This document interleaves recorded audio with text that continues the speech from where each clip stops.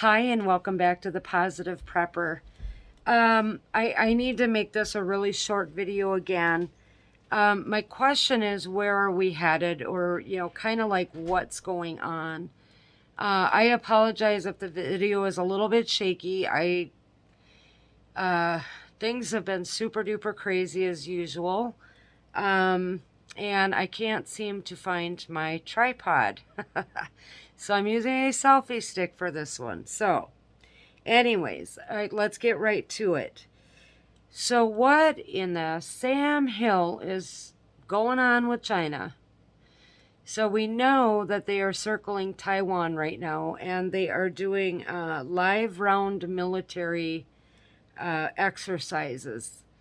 And they're pretty ticked off that Pukosi went there. And, I don't know if it was a good thing or a bad thing. I see it from both sides. We can't play the scaredy cat when China decides to rattle its sabers. But we also don't need to escalate because that's could potentially kill a lot of people that don't need to be in harm's way.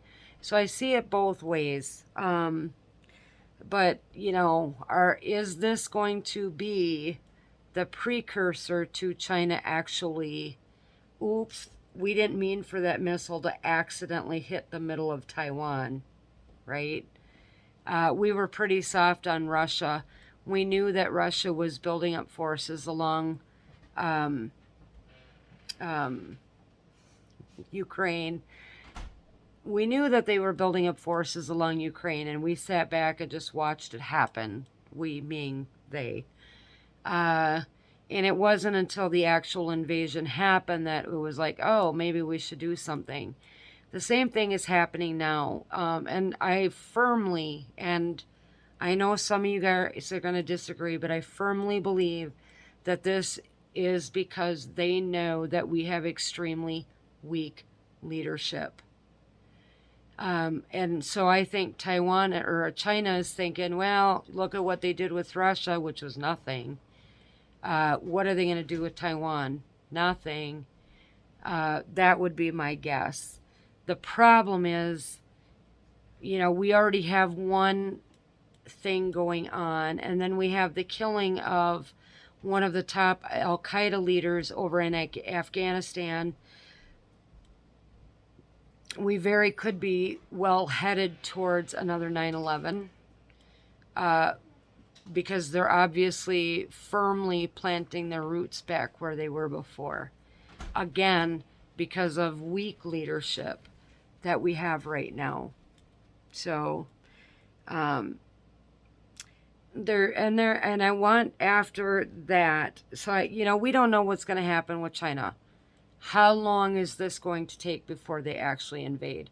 And is the United States going to just sit back and watch it happen, knowing it's coming, like they did with Russia, and sit back and twiddle their thumbs until it's already game on and people have died? Unfortunately, that's the world that we live in right now. There's three things that I wanted to mention that has happened here where I live in Wisconsin. We've had three things happen that are well beyond the realms of anything that we've had as long as I've been here. And I've been living in this house for 22, 23 years now. 22 years. Okay. So the first thing that happened was yesterday. So yesterday we had, we'll get the occasional Lifelink helicopter that'll fly over. We're in a very rural area. We're not even really close to a town that has a helipad. Okay. But we do occasionally get, the Lifelinks and stuff like that going by. We might get the occasional other helicopters that go by, whatever. But what happened yesterday is we had a helicopter go over our property, and we have a very good friend of ours who's here on the property a lot, was here when that helicopter flew over, and he is a Navy veteran. And he recognized the helicopter, not specifically what type. And he did tell me what it was like, but forgive me, I did not write it down. But he said that this was a helicopter with explosive ordnances on it. So what that means is this particular military helicopter had the capability of either shooting small missiles or weaponry, guns. Okay, you know, your 50 cals or whatever. We've never seen that before. We have never seen a helicopter like that go over this property before. And believe me, we are very sky aware, right? Every time a plane goes over, we're looking for parachutes, Wolverines.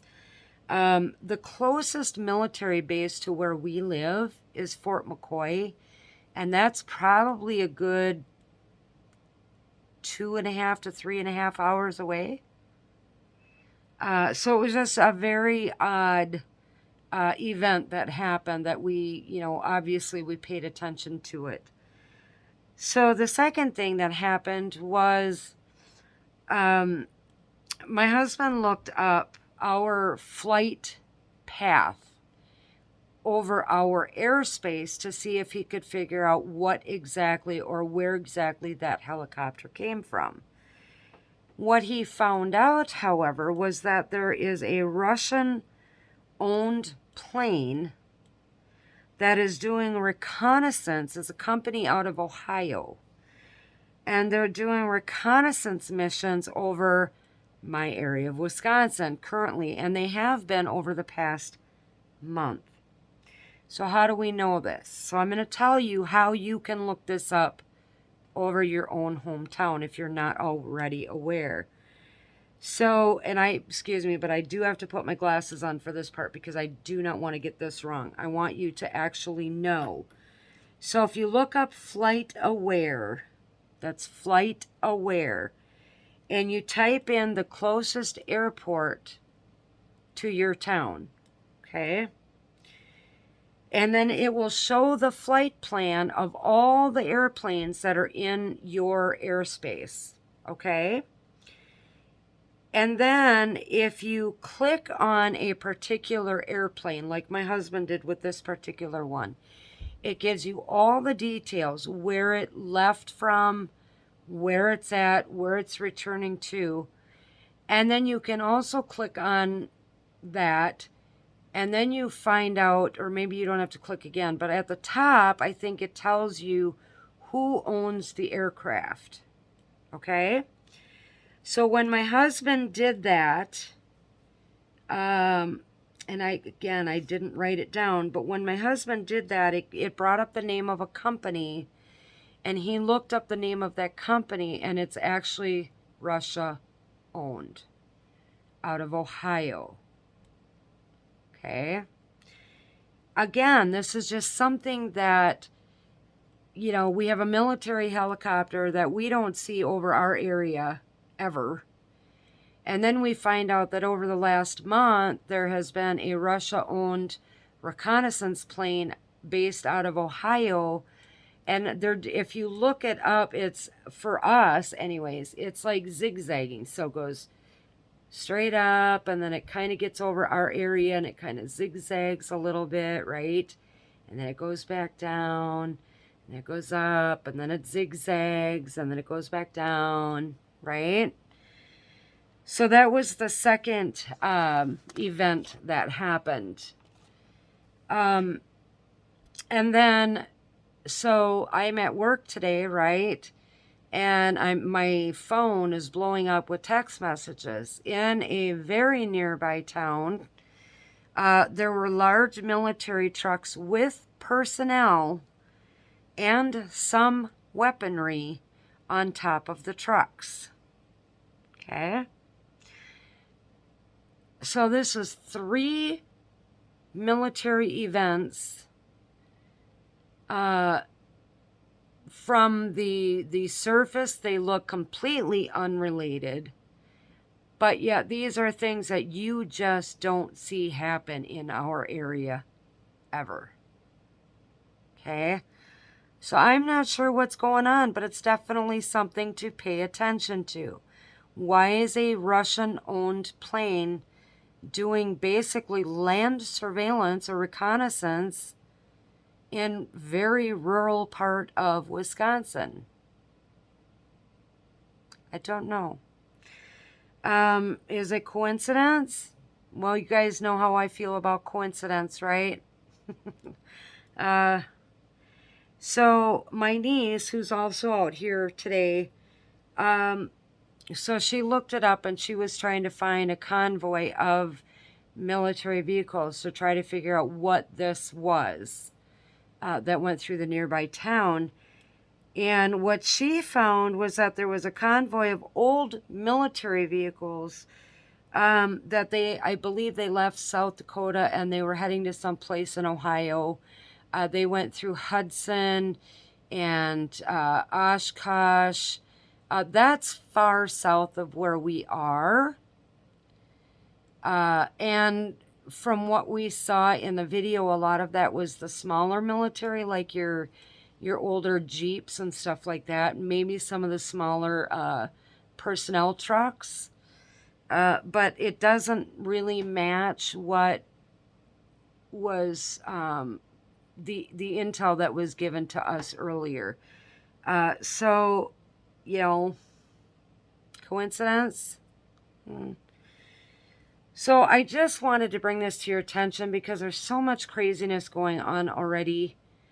And I know that other people have seen a lot more military movement than normal. People being put on alert, military personnel being put on alert. Obviously that's all classified, so, what are they being put on alert for? I don't know. Keep your eyes on the sky, guys. Not just on the roadways, but also pay attention to the aircraft going over your property. Don't rule out drones. I think they're a fun moving target, in my opinion. But just pay attention to it, okay? The last thing I want to say in this video is that this weekend, our mag group is getting together and we are going completely off-grid, starting about 4 o'clock tomorrow until probably about noon, 1, 2 o'clock on Sunday. I think we're shooting for noon, but if we've got other things that we need to finish, we may make that go longer. But the point is we are going completely off-grid. We will not have air conditioners running. We are allowing the electricity to run just to keep the refrigerators and the freezers going. The children are going to have designated learning exercises, for example, learning how to start fires with a flint and steel. They are going to be identifying health plants that you can find out in the woods, especially particularly in our area in the end of July, beginning of August, because there's different plants at different times. And we are going to see how we work together and build where we need to build. And it's not going to be a military camp. We're going to try to have fun with it. Our meals are going to be portioned. So we're gonna know what it feels like to be on completely portioned meals. There will be, let's see if I can do a guesstimate, 5, 6, 7, 8, 9, 10, 11, 12, 13, 14, 15. There will be close to 20 of us out here this weekend. And so it's going to be interesting. And we'll see how this goes. Obviously, it's not the first time that we've all been together, but this is the first time that we've actually shut the grid down. So we're excited for that. So Tuesday, I'm going to come back on and do another short video and kind of give you maybe some things to think about in your mag that came up in topics of discussion for us. So, as always, guys, stay safe, stay aware, and God bless.